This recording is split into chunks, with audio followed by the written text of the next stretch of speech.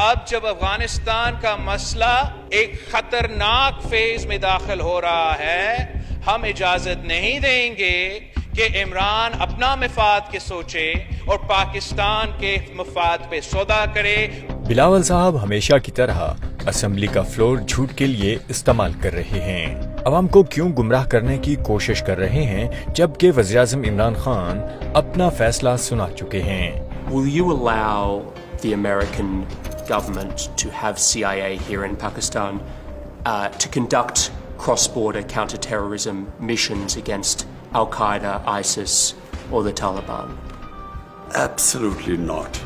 یہ جو بلاول صاحب فرما رہے ہیں کہ ہم کسی کو اجازت نہیں دیں گے، تو ان کو اپنی حکومت میں بھی اتنا ہی محب وطن ہونا چاہیے تھا جتنا اب بننے کی کوشش کر رہے ہیں۔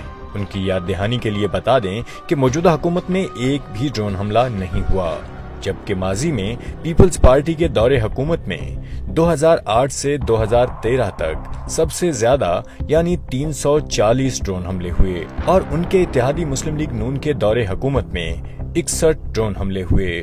اس وقت یہ کیوں نہیں بولا گیا کہ ہم اجازت نہیں دیں گے؟ تب تو ان کا کہنا تھا یہ وہ پارٹی ہے جو امریکہ کو کہتی تھی کہ ڈرون حملے کری جاؤ، ہم مذمت کری جائیں گے، لوگ مرتے ہیں تو مر جائیں، ہمیں کوئی پرواہ نہیں ہے۔